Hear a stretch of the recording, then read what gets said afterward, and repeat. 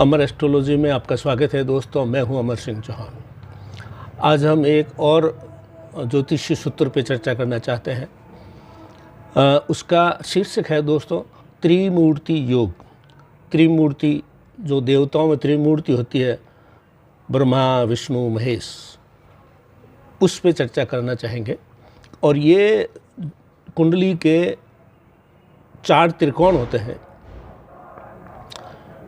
धर्म त्रिकोण, धन त्रिकोण, काम त्रिकोण और मोक्ष त्रिकोण। ये 4 त्रिकोण होते हैं।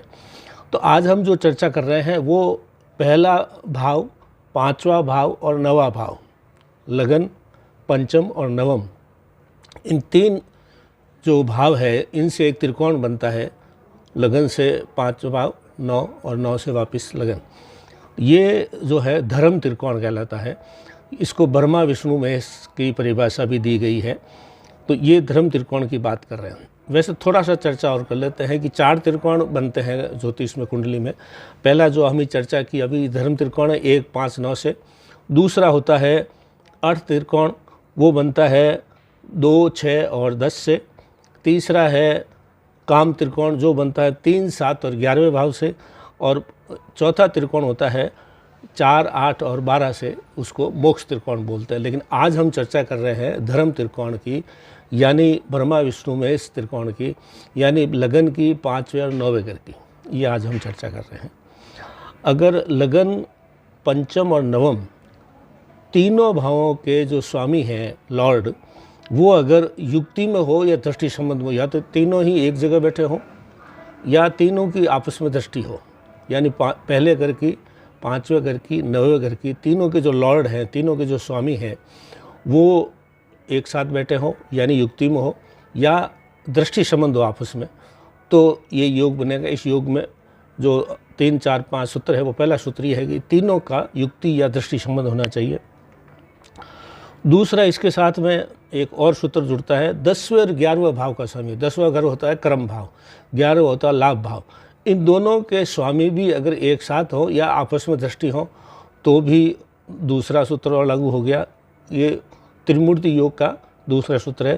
त्रिमूर्ति योग का चौथा सूत्र है दोस्तों 8वें और 12वें भाव। 8वां भाव और 12वें भाव के जो स्वामी हैं उनकी भी आपस में युक्ति या दृष्टि संबंध होनी चाहिए। और इनके ऊपर ये जो 3 अलग अलग सूत्र बने हुए हैं, उनके ऊपर गुरु या शुक्र की दृष्टि होना आवश्यक है। पुनः रिपीट कर देता हूँ, 1, 5, 9 भाव के स्वामी एक साथ हो या दृष्टि संबंध में हो। दूसरा, 10वें और 11वें भाव के स्वामी एक साथ हो या दृष्टि संबंध हो। 8वें और 12वें भाव के जो है स्वामी है वो भी एक साथ हो या दृष्टि संबंध हो। ये तीनों सूत्र प्लस गुरु और शुक्र की कहीं से भी इन किसी पे भी दृष्टि पड़ती हो तो ये जो है त्रिमूर्ति योग बनता है।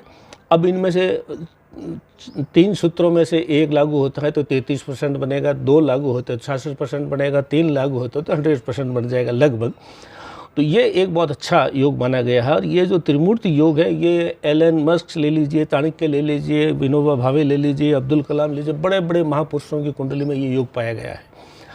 तो ये जो योग है ये छोटा सा योग है, छोटा सा सूत्र है, लेकिन मुश्किल से ये बनता है।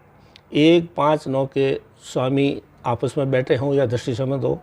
10वें और 11वें भाव के स्वामी आपस में एक जगह बैठे हों या दृष्टि संबंध हो। 8वें और 12वें भाव के स्वामी एक जगह बैठे हों या दृष्टि संबंध हो, प्लस गुरु और शुक्र की इन पर दृष्टि हो, तो ये योग बनता है। त्रिमूर्ति योग कहा गया है। 1, 5, 9 के भाव में जो धर्म त्रिकोण कहते हैं, इसको धर्म त्रिकोण 1, 5, 9 से बनता है। ब्रह्मा विष्णु के महेश कहलाते हैं ये तीनों ही। और इनसे बनना हुआ योग जो है, धर्म के मामले में अगर आदमी बड़ा होता है तो वो हर दृष्टि से बहुत ऊंचे किस्म का इंसान होता है, बहुत आध्यात्मिक, सिद्धांतवादी, सत्यवादी और समाज और देश की सेवा करने वाला, समाज और देश को ऊंचा उठाने वाला माना गया है। तो ये आज का छोटा सा सूत्र है दोस्तों, त्रिमूर्ति योग 1, 5, 9 से बनने वाला। आज अमर एस्ट्रोलॉजी में इतना ही।